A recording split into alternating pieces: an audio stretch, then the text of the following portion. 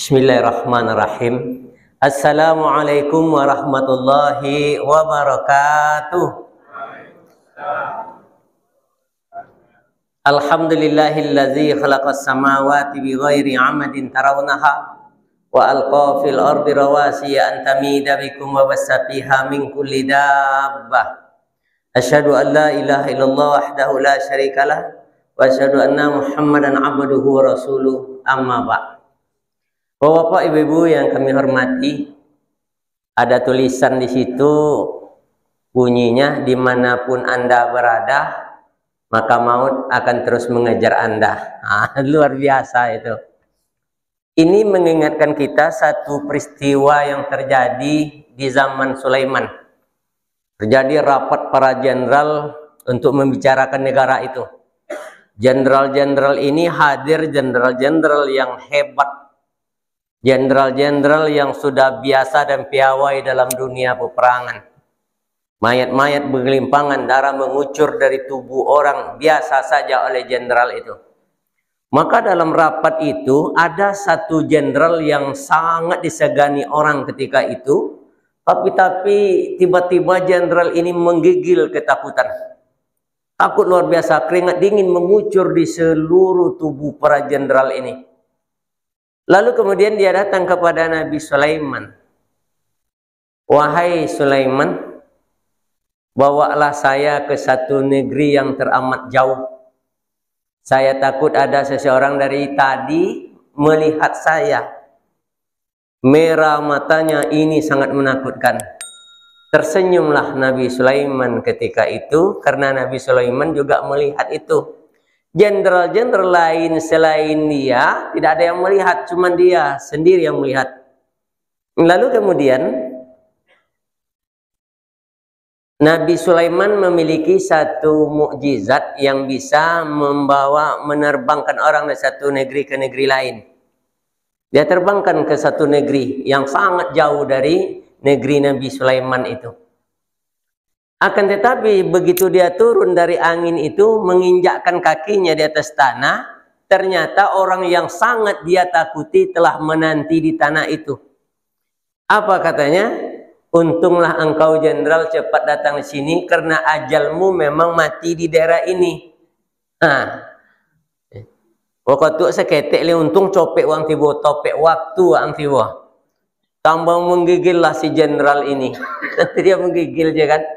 Dek lari dari uang tadi, ndak leh kawasan sekira uang tadi hilang di tempat itu, ternyata dia pergi ke tempat Nabi Sulaiman lari. Dulu malaikat tadi di situ leh kan, tambah menggigil, dia menanggung takut yang sangat luar biasa. Artinya dalam proses kehidupan kita ini, waktu terus berlalu, tidak ada langkah yang akan terhenti untuk mengejar batas waktu kehidupan. Terus berjalan. Jika kehidupan ini telah sampai pada saatnya dan akan berakhir pada batasnya, apa yang akan terjadi? Yang akan terjadi, bapak ibu-ibu sekalian, kita akan diambil oleh Allah. Bisa di tengah jalan kita diambil, bisa sedang tidur kita diambil, bisa di tempat maksiat kita sedang diambil, bisa saja ketika kita beribadah diambil oleh Allah Subhanahu wa Ta'ala, kalau memang waktu itu telah tiba. Dan saat waktu itu tiba, orang melihat kita hanya dengan 3 cara saja. Tidak kelobior pada 3 cara orang. Yang pertama, kawan-kawan kita, si Fulan meninggal. Oh, kapan si Fulan meninggal? Tadi. Maka teringat bahwa itu adalah kawan saya sama sekolah dulu. Dia ingat datang ke situ menengok kita. Selesai dia menengok kita, dia akan pergi meninggalkan kita. Saat dia pergi, kita telah dilupakan oleh orang itu. Tidak ada lagi yang ingat dengan kita saat itu. Sehebat apapun kita berkawan. Lalu ada sahabat-sahabat kita yang barangkali menangis terhadap kepergian kita. Kenapa si Fulan ini pergi? Kawan saya. Ini adalah teman saya, sahabat saya. Saya bersukaria dikala ada dengan tiada dengan beliau ini. Kami saling mengisi dengan kekurangan. Inilah sahabat saya, sedih hatinya. Dia melihat kita selesai itu, kita dimandikan, ikut pula dia memandikan, kita dibawa jenazah, ikut pula jenazah di dalam keranda, pergi ke kuburan, ikut ke kuburan. Selesai di situ dia berpaling tada dari kita menuju keluarganya. Saat dia membalikkan badan, saat itu dia takkan ingat kita lagi. Ternyata kita telah dikubur dalam-dalam, dibuang jauh-jauh. Kita tidak akan dianggap ada, tidak pernah dianggap ada saat itu. Yang ketiga adalah anak-anak kita, kerabat kita yang menangis dia. Kenapa ayah saya cepat pergi? Kenapa ibu saya telah diwafatkan sementara kami masih butuh? Nangis dia sejadi-jadi. Tapi seberapa lama kesedihan itu? Hari berkabung itu hanya 4 hari. Selesai 4 hari, maka mereka akan kembali ke hobi mereka. Menanam bakojo, menanam berjalan kalau hobi 4 hari. Saat orang melupakan kita, saat itu hisab baru saja dimulai. Maka pupus harapan ketika itu kita tak sadar kalau kita telah meninggal dunia. Saat dikubur baru kita sadar, oh iya saya bukan mimpi, tapi benar-benar saya telah meninggal dunia. Pupus semua harapan, di mana kita memiliki kawan saudara handai tolan, tak akan lagi ingat dengan kita, karena kita tidak pernah dianggap ada. Sehebat apapun kita dengan mereka. Anak-anak kita sudah mulai melupakan kita. Suami, istri, semuanya akan melupakan kita di saat itu. Secerca harapan masih ada di dalam hati. Karena dalam kehidupan ini ada orang yang beruntung dan ada orang yang merugi. Nah, ternyata siapakah orang yang beruntung itu? Orang yang beruntung itu adalah orang yang sudah tiada tapi rezekinya terus mengalir. Itu beruntung itu. Jadi nanti ada orang yang rugi dan ada yang beruntung. Siapa saja yang beruntung ini yang kita bahas. Orang yang beruntung itu saat dia sudah tiada tapi rezekinya terus mengalir. Apa pekerjaannya? Ada 2 hal pekerjaan yang dia lakukan di dunia. Sehingga dia tiada tapi rezekinya terus mengalir. Yang pertama adalah orang yang bersedekah. Bersedekah hari ini dengan hartanya. Kenapa banyak dan besar pahalanya bersedekah? Kenapa sedekah itu satu ibadah yang dapat menggugurkan dosa? Karena yang disedekahkan itu adalah yang menjadi barang yang kita cintai, yang kita suka. Jadi malun itu artinya harta, berasal dari kata mailan. Mailan itu kecenderungan hati memiliki satu perkara. Kita memiliki ini, ada kecenderungan hati milik ini. Kita bekerja berat, banting tulang, cucur keringat di setiap hari agar ini dapat kita miliki. Setelah dapat kita miliki, kita akan kasihkan pada orang lain. Padahal kita sangat menyayangi barang ini. Itulah yang disebut dengan malun, harta. Yang berasal dari kalimat mailan. Jadi mailan ini kecintaan yang kita berikan kepada orang, padahal orang terkadang bekerja di bawah terik sinar matahari yang membakar kulit dan tulang mereka asalkan mendapatkan ini. Tapi ini yang dia cintai itu akan diberikan kepada orang lain. Maka mendapatkan pahala yang luar biasa. Dan satu ibadah yang dapat menggugurkan dosa adalah bersedekah tadi. Nah, tidak ada satu jiwa pun nanti setelah kematiannya tiba yang tak berlinang air matanya. Apa sebab? Dulu saya bekerja di atas dunia. Saya mencari rezeki dengan meninggalkan yang memberikan rezeki. Terlambat saya beribadah, tak sempat saya berjamaah. Itu semua karena keinginan saya untuk mendapatkan malun tadi, harta tadi. Akhirnya setelah harta ini kita dapatkan, ternyata ditinggalkan. Coba kalau awak tengok uang meninggal. Ambo selalu menggunting kain kafan, dan kain kafan itu ditanggung masjid dengan dana sosial. Jadi iuran 50.000 sih kau nak tentu dah kan. Kalau sampai kami itu 50.000 setahun. Sih kau sama Pak Pengurus. 5.000 sebulan.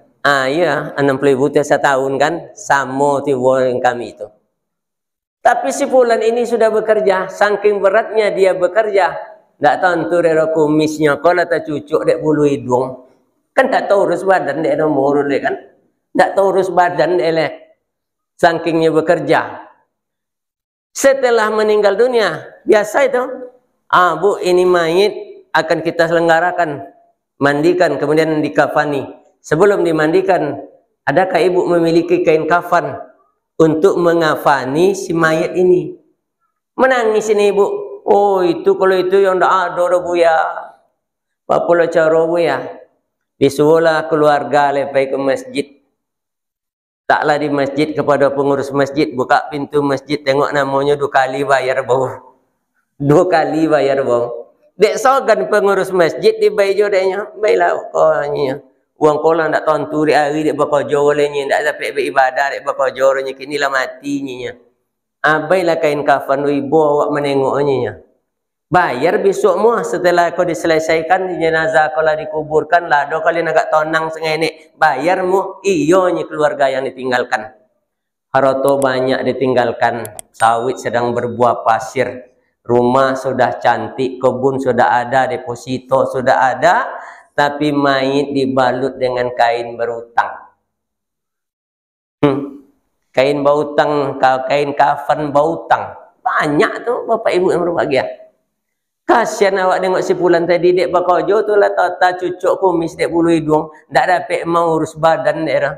Kalau tio bakojo meninggalkan yang memberikan rezeki demi mengejar rezeki. Begitu rezeki itu dapat ternyata dia tinggalkan. Maka ketika kita ingin membawa rezeki itu ke dalam kubur, bersedekahlah. Tidak ada lain pada itu BR bersedekah. Karena bersedekah itu akan membantu mayit di dalam kubur dalam segala prosesnya nanti. Karena bumi menyatakan, ana baitul afani, saya ini tempat di mana kalian bakal disiksa di sini. Ulat-ulat kecil itu akan masuk ke dalam tubuh kalian, para belatung-belatung yang menjijikkan itu. Masuk ke dalam perut kalian, menghabisi limpa kalian. Masuk ke dalam kepala kalian, menghabisi otak kalian. Itu semua bakal terjadi. Tak ada yang bantu itu. Kecuali kalau seseorang itu bersedekah di atas dunia, wujud dia menjadi orang yang menemani kita nanti di akhirat. Sehingga kita bertanya, antum siapakah kalian semua ini? Kami adalah sedekah yang diberikan. Ketika di dunia kami diberikan kepada yang membutuhkan sehingga wujud kami seperti ini menanti datangnya malaikat mungkar dan nakir. Karena bumi berkata, wa ana baitul munkar wa nakira. Bumi mengatakan, saya ini tempat di mana mungkar dan nakir akan datang. Bergetar bumi saking takutnya, apalagi kita ketika itu. Maka yang bakal menemani kita itu adalah sedekah yang kita berikan. Maka perbanyaklah bersedekah. Seperti apa reaksi sedekah itu? Tak kala di bulan puasa nanti kita harus menciptakan puasa kita itu senilai 1 tahun. Walaupun kita berpuasa itu hanya 30 hari. Nah, bagaimana caranya? Ketika kita membawa 1 sisir pisang yang isinya 20 biji. Masing-masing di masjid ini nanti sebelum azan dikumandangkan, standby ini bapak-bapak di sini, ibu-ibu sini. Dia berbuka, Allahu Akbar, dia berbuka saat orang azan. Allahumma lakasumtu wa bika amantu. Semua orang-orang yang hadir ketika itu memakan pisang kita 20 biji. Artinya, barang siapa yang bersedekah makanan kepada si fulan untuk berbuka puasa, dia mendapatkan pahala seperti pahala puasanya orang yang berbuka tadi tanpa mengurangi puasa orang yang berbuka tadi. Takkan kurang pahalanya makanannya. Kalau 20 pisang nawak buat senilai 20 hari, sungguh pun puasa kita 1 hari, tapi nilai puasa kita itu sebanyak 20 hari.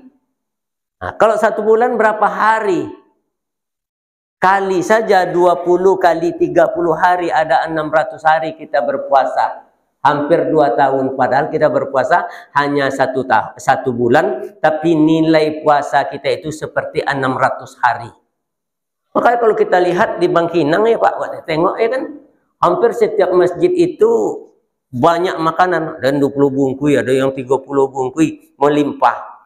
Para musafir singgah di masjid itu nasi telah tersedia, berebut orang minuman berbagai macam aneka segala macamnya itu. Karena orang hari ini sudah mulai tahu betapa besarnya nilai sebuah sedekah tadi. Maka bersedekahlah. Ada kalanya kita bersedekah itu dengan tenaga, dengan bismillahirrahmanirrahim.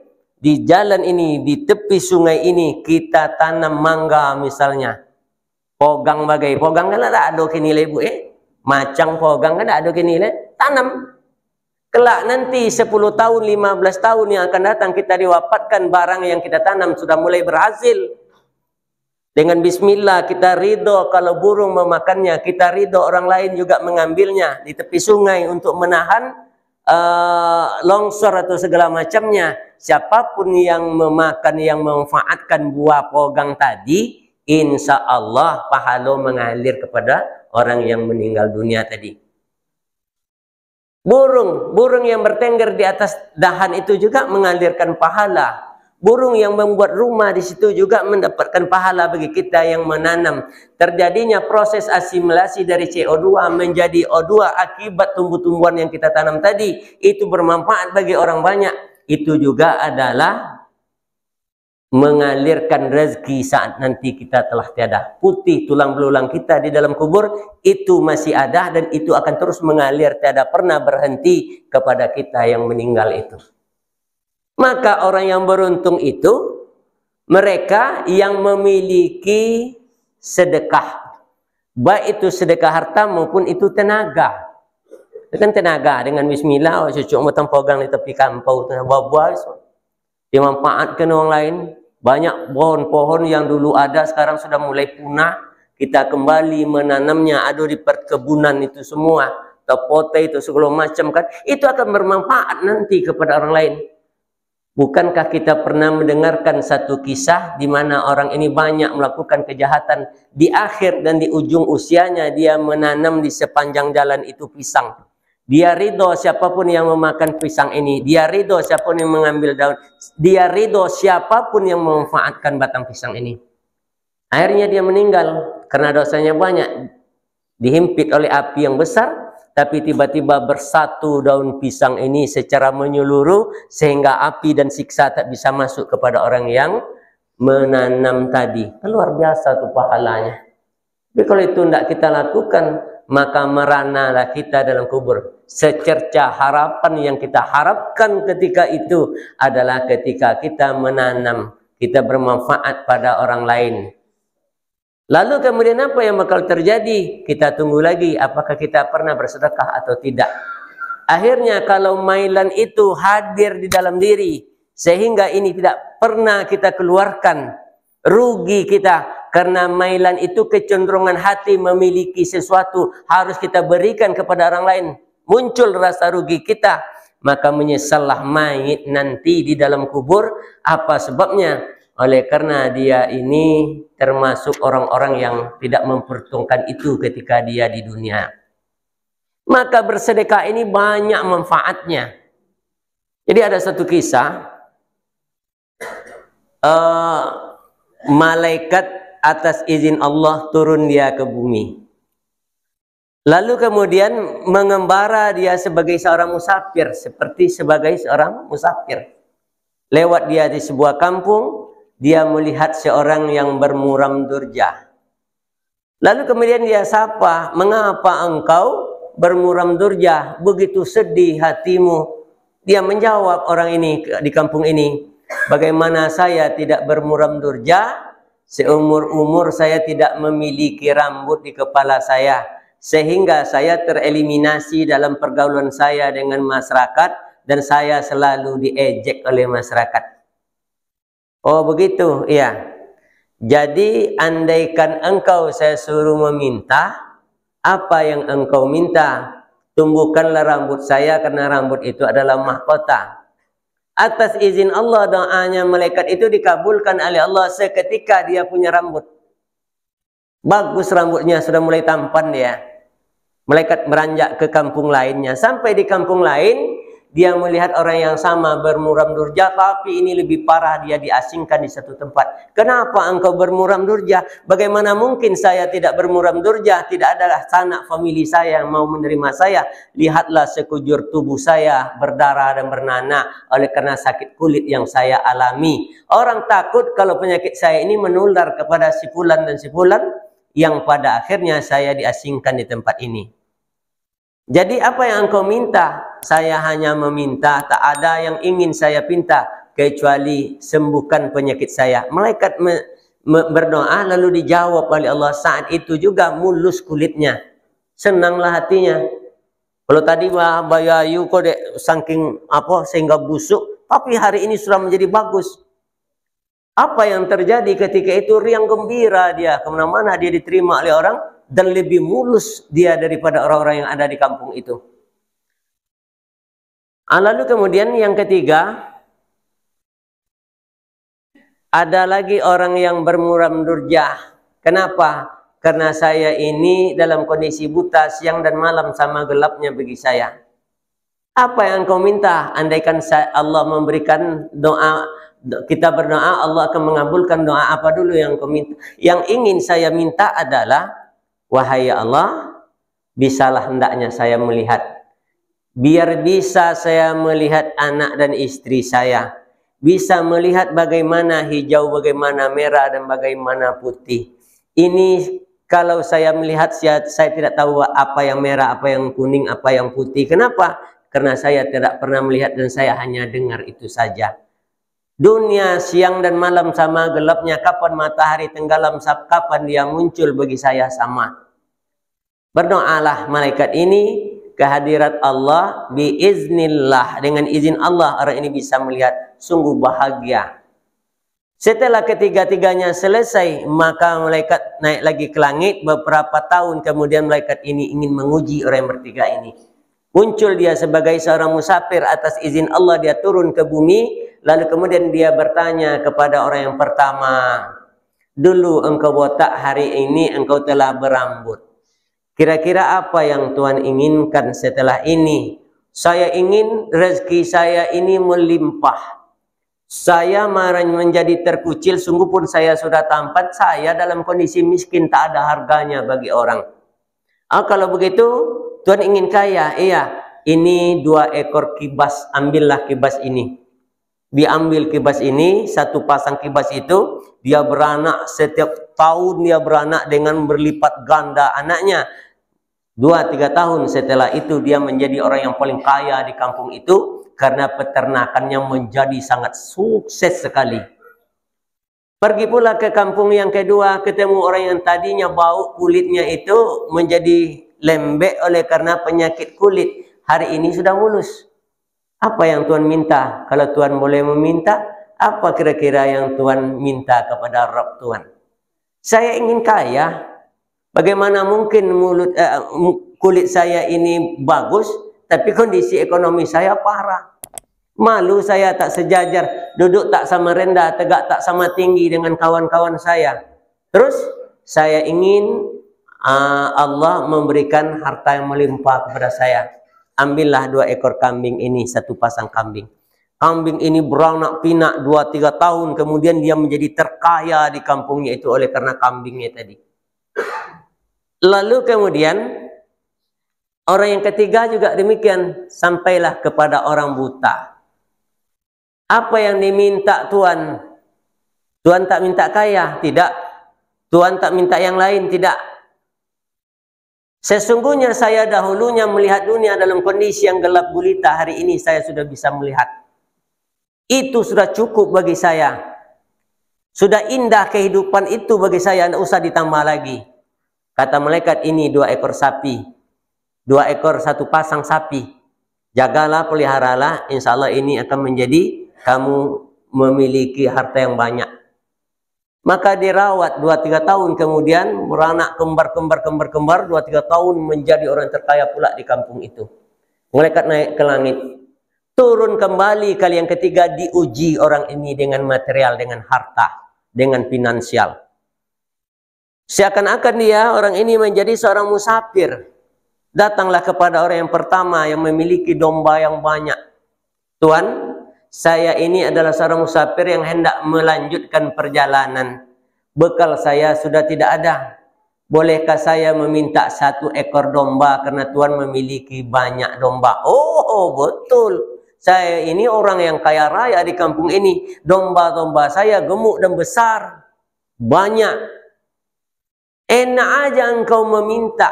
Siapa kiranya engkau? Kok bisa aja orang meminta domba gopuk-gopuk nak dan kuwi dan cacat engkau dibayar. Sodo sehat badan, jadi tidak bisa membayar. Tidak bisa tidak membayar, nyu sehat aku ke sodonya. Maka pada subuh harinya turun 2 orang malaikat.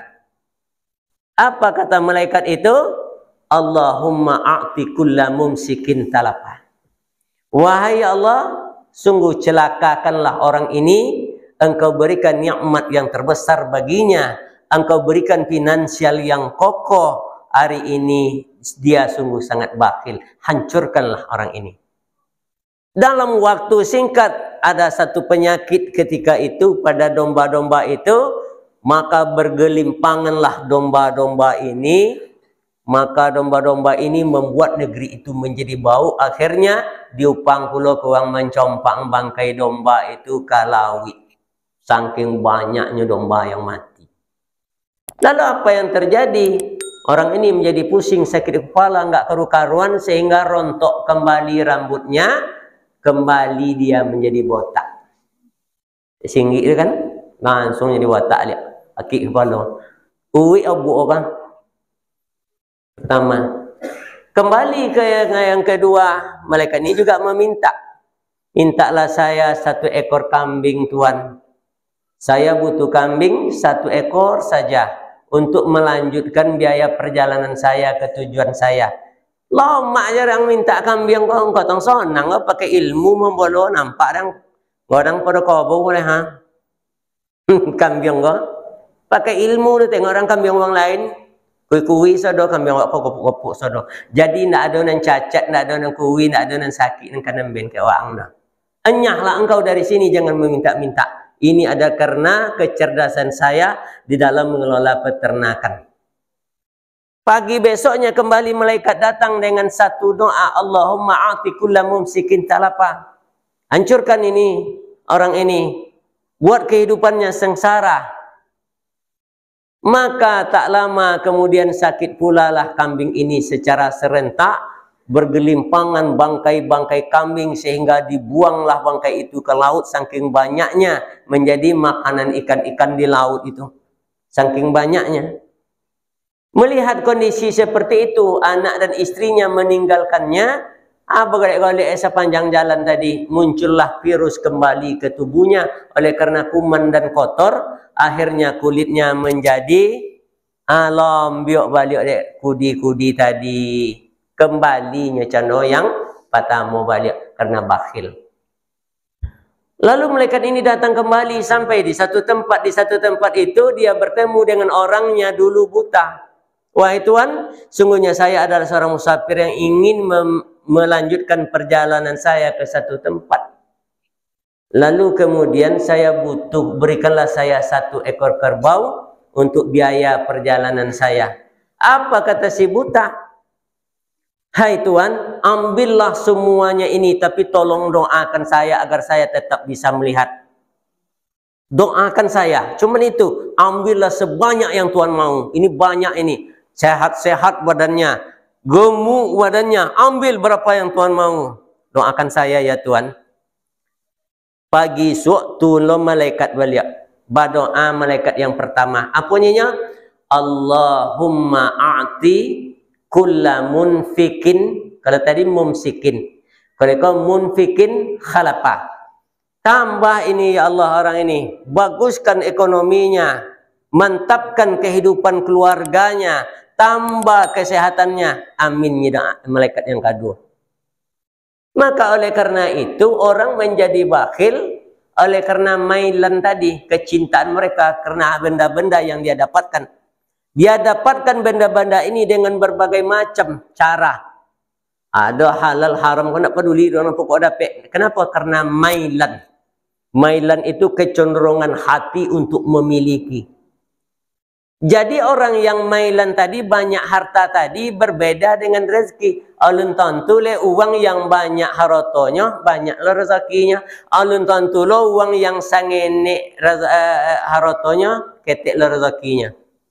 Apa contohnya? Contohnya ada seorang teman saya. Dia beli mobil bagus, Fortuner bau. Jalannya kapokan terbau lah kan agak masuk je kawan kumantan. Apa yang duduk sih kau?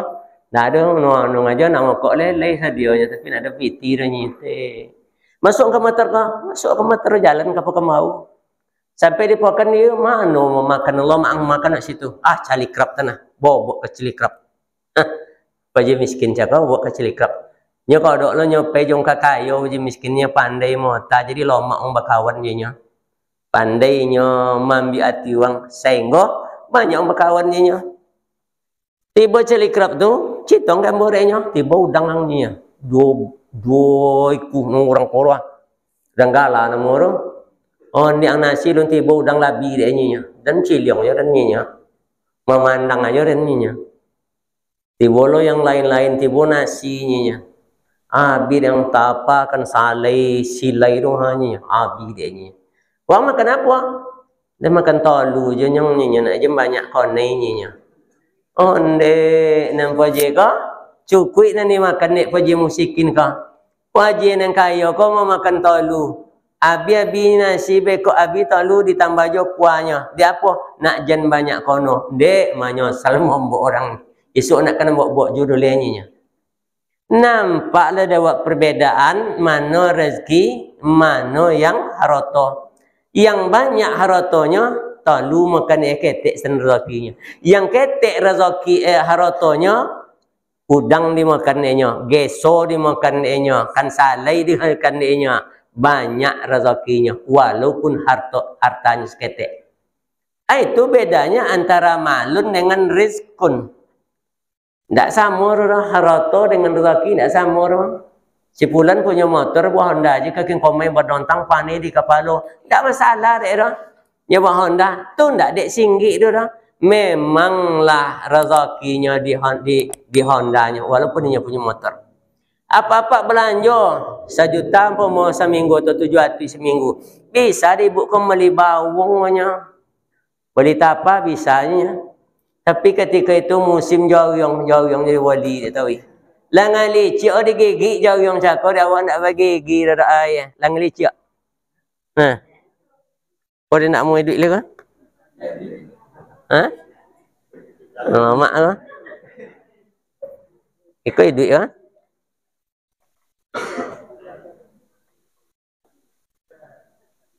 Langsung aja gym ni.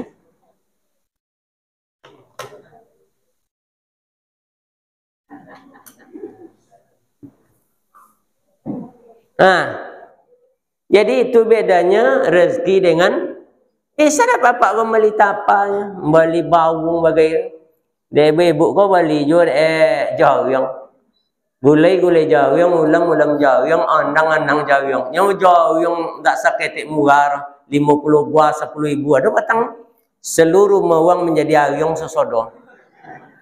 Itu indak dek nasib dia dapat memang rezeki awak di jawyongnya. Sungguh pun harta awak bisa membeli gesok, bawang, apa bisa walinya udang bagai.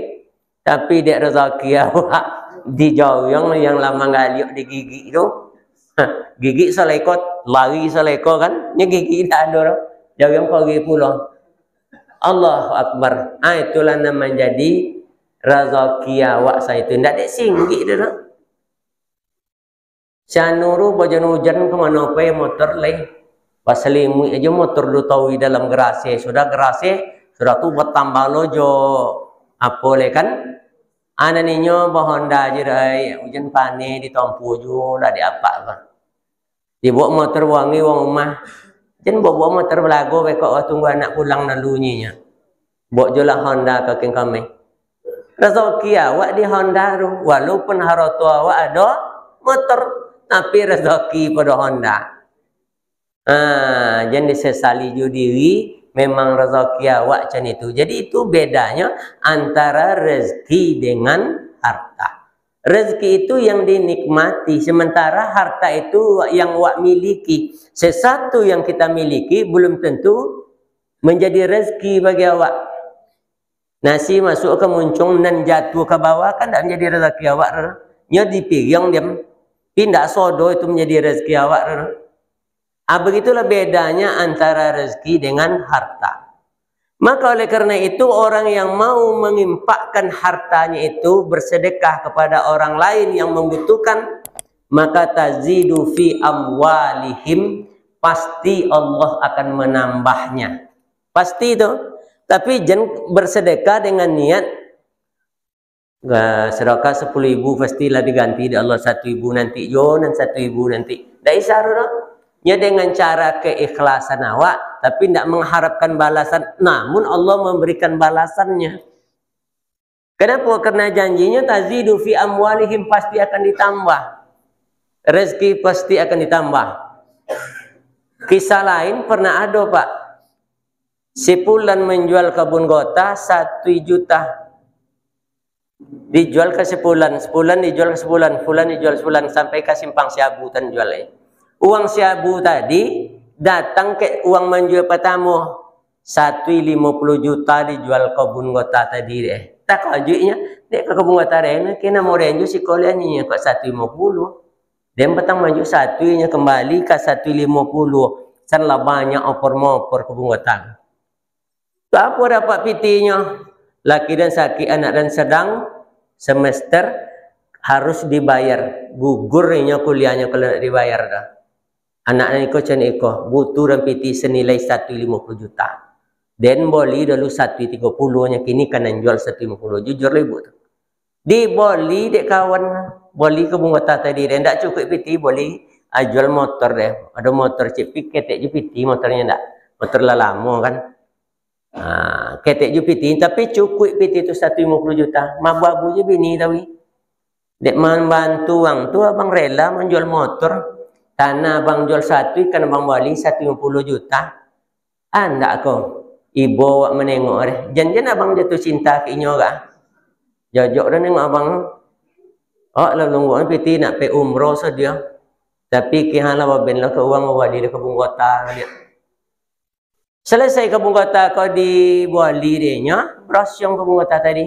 Pas dibersihkan kebun kota tadi, lewat uang Palembang mancai batang gau nomor. Ada batang gau kan Pak Garu nomor, gaharu. Minta arenya sabatang kayu tu tadi 150 juta. 3 batang nak pondok dah. Kalau dah tentu dah cukur. 150 juta. Hah? Nyonya. Tentu tak kau juga mahal. Tanah tu awak kayu je ni boleh dia 150 jutanya. Ha nyonya. Ada tu lapaknya. Apa yang nyonya? 3 tu lapaknya. Uang kau tak kau juinya paling mahal warna boleh di uang kau tong ketek deh sampai 3 tu 25 juta boleh uang kayu tu. Kasan enggak haru di dalam tu. Tanah dapat dia piti dapat 325 balik adanya. Kenapa? Karena tazidu fi amwalihim. Ya kan? Mau bersedekah. Sedekah memang boleh kerana sesuatu yang awak miliki dan awak cintai. Awak bekerja siang dan malam mendapatkan itu, kini harus berbagi dengan orang lain dengan cuma-cuma. Boleh tu. Karena berat itulah sedekah itu menggugurkan dosa. Sedekah itu adalah satu ibadah nanti yang mengkanter segala kejahatan yang berada di kuburan nanti. Di alam barzah. Dijago awak dek sedekah awak tadi. Maka orang yang beruntung itu, orangnya sudah tiada, tapi rezekinya terus mengalir. Sedekah itulah atau ilmu yang tafa'u bihi. Ilmu yang bermanfaat. Lalu kemudian, siapakah orang yang beruntung lagi? Yang beruntung lagi itu adalah orang yang memiliki anak yang soleh. Pupus harapan kita di alam barzah, sanak famili sudah tidak ada lagi, anak keluarga semuanya meninggalkan kita. Tapi ada secercah harapan yang kita inginkan. Apa itu? Jika kita memiliki anak yang soleh. Nah, bagaimana kita menciptakan anak yang soleh? Jadikanlah anak aset akhirat. Jangan dijadikan anak aset dunia. Apa maksudnya aset dunia? Anak menjadi aset dunia, seberapa jauh anak bisa membantu kita? Kadang kali lah awak deh. Anak kau jadi sebuah perusahaan asing dengan gaji ratusan juta. Oh, anak dan di Kalimantan apa ditambang emas kini ndak saketek piti. Ama ayah nambah cita macam itu tetap miskin. Tak bantu di anak ada ke sana. Hanyalah berkor-kor kokin komai kan. Mencari berita mensan anaknya kok menjadi orang hebat di satu tempat. Golak orang menengok, amak tetap menjual jantung pisang, ayah tetap memotong. Padahal anaknya kaya. Itu anak yang akan jadikan aset tu. Tak mungkin anak bisa jadikan aset, yaitu aset dunia. Paling-paling anak datang kepada kita, dia menyampaikan, tengok mak motor engkau bau ye, dek nak bapong balik kau sama liar mak, itu pertunaran terbaru zaman kini. Alhamdulillah, ni seorang ibu, mantapnya seorang ayah pula saling mendukung amak jaya. Tapi amak jaya sedang berbohong. Nak, 1 miliar engkau beli ini barang, 100.000 per minggu tak siap engkau memberi ayah dan ibu. Ayah yang sudah mulai renta, ibu tak lagi bertenaga, sebetulnya akan kusandarkan hidup kami nak kepada engkau, tapi hari ini engkau hanya memamerkan harta yang engkau miliki, jatuh ke dalam ayu mata kita, Pak. Betul tak, Ibu? Itu kan dijadikan aset dunia anak rona. Babi ini awak di umur 20 kini, Pak ya. Lapik dia anak awak dia umur 21 atau umur 22 besok. Umur lah 22 baru dapat anak. Godang anak menjalang umur 30. Lah 52 umur awak. Bakojonya di umur 30 tadi. Awak lah 52 umur Adi bayi lah awak ada finansial yang kokoh. Apa nak niat dibayar, apa nak niat dibayar deh. Kalau lah umur 52, kira-kira awak pun lama awak menikmati yang dibayar anak tadi tu. Ada sampai 5 tahun.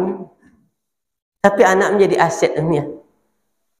Bangga orang menjadikan anaknya sebagai aset dunia, padahal anak takkan pernah bisa menjadi aset dunia. Macam awak juga. Macam apa mana awak ke orang tua awak beli motor, awak beli motor nantinya. Makan lomak awak bayinya. Iya, kalau awak makan di rumahnya, awak bayinya. Kalau awak makan di rumah makan, tak awak bayinya orang. Macam itu je nasib awak dengan anak awaknya. Tapi jadikan anak ini aset akhirat. Saat kita meninggal dunia, apa yang mengkantar kita dari kejahatan alam barzah itu, dari dosa-dosa yang pernah kita lakukan? Doanya seorang anak. Dia anak yang soleh. Makanya musibah yang paling besar menimpa diri itu bukannya hilang harta, tak jatuhnya pangkat dan jabatan, tetapi kita memiliki anak, tak risau anak kita tak solat, tak risau anak barang, tak risau anak awak nak beribadah, tak risau anak awak nak puasa di waang lah. Kira kene esok taubat ti waang nyonya. Allahu Akbar. Tak menjadi aset di dunia dan tidak pula anak ini menjadi aset di akhirat. Menangislah kita setelah kematian tiba nanti, mengingat anak yang kita besarkan dengan cucuran keringat itu ternyata hari ini telah besar dan mereka melupakan kita dari doa-doa terbaiknya. Tapi kalau anak ini kita jadikan aset akhirat, Masya Allah. Kenapa jadi kalau anak jadi aset akhirat? Wahai Allah, jika kubur orang tua saya sempit, lapangkan ya Allah. Jika mereka gelap, terangkanlah ya Rahman. Jika mereka tersiksa, bebaskan mereka dalam penyiksaanmu. Bangun jalan menuju surgamu. Pintu langit terbuka karena anak ini soleh, doanya bakal diterima oleh Allah. Ada berapa lama kita dalam kubur? Bisa 1 juta tahun, bisa 2 juta tahun. Uang yang mati dari Adam sampai ke ini, adon-adon ini duit 5. Bayangkan lama di dalam kubur tadi.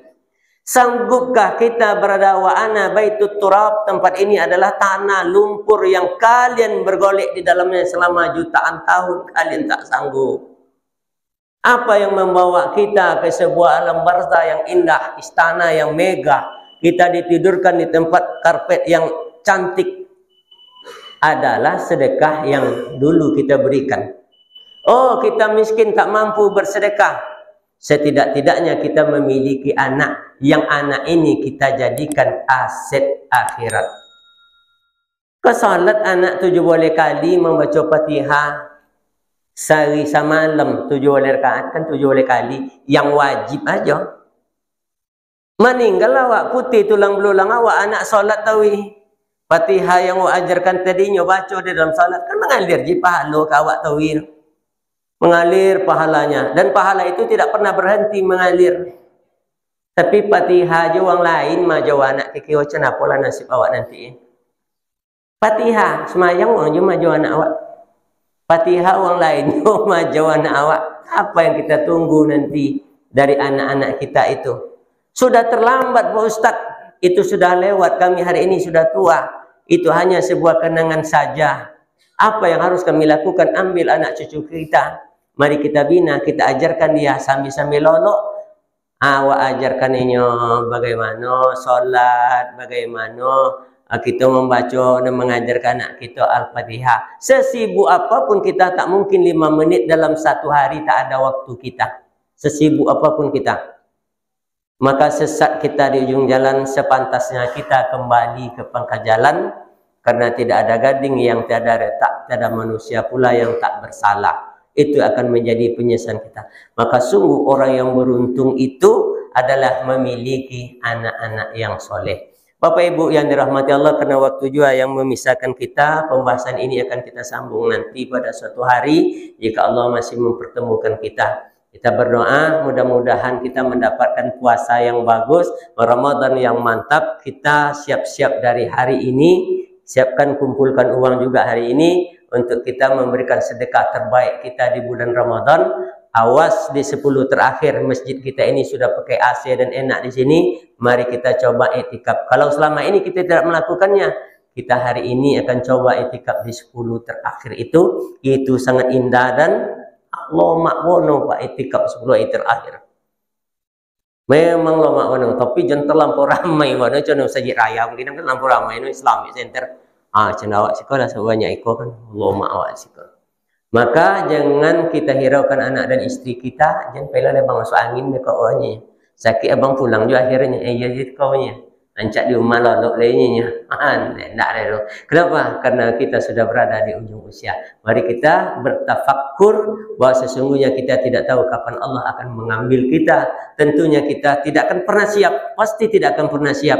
Namun kita memawas diri untuk senantiasa beribadah kepada Allah, mengimbangi 50 tahun kita hidup hari ini. 50 tahun waktu telah tinggal begitu saja. Mungkin seiring dengan banyaknya dosa yang kita buat dan kita lakukan, entah berapa tahun lagi kita akan hidup, entah atau berapa bulan lagi akan kita hidup. Mari kita isi dengan beribadah kepada Allah, mengimbangi dosa-dosa kita yang telah lalu. Demikian, billahi taufiq wal hidayah. Wassalamualaikum warahmatullahi wabarakatuh.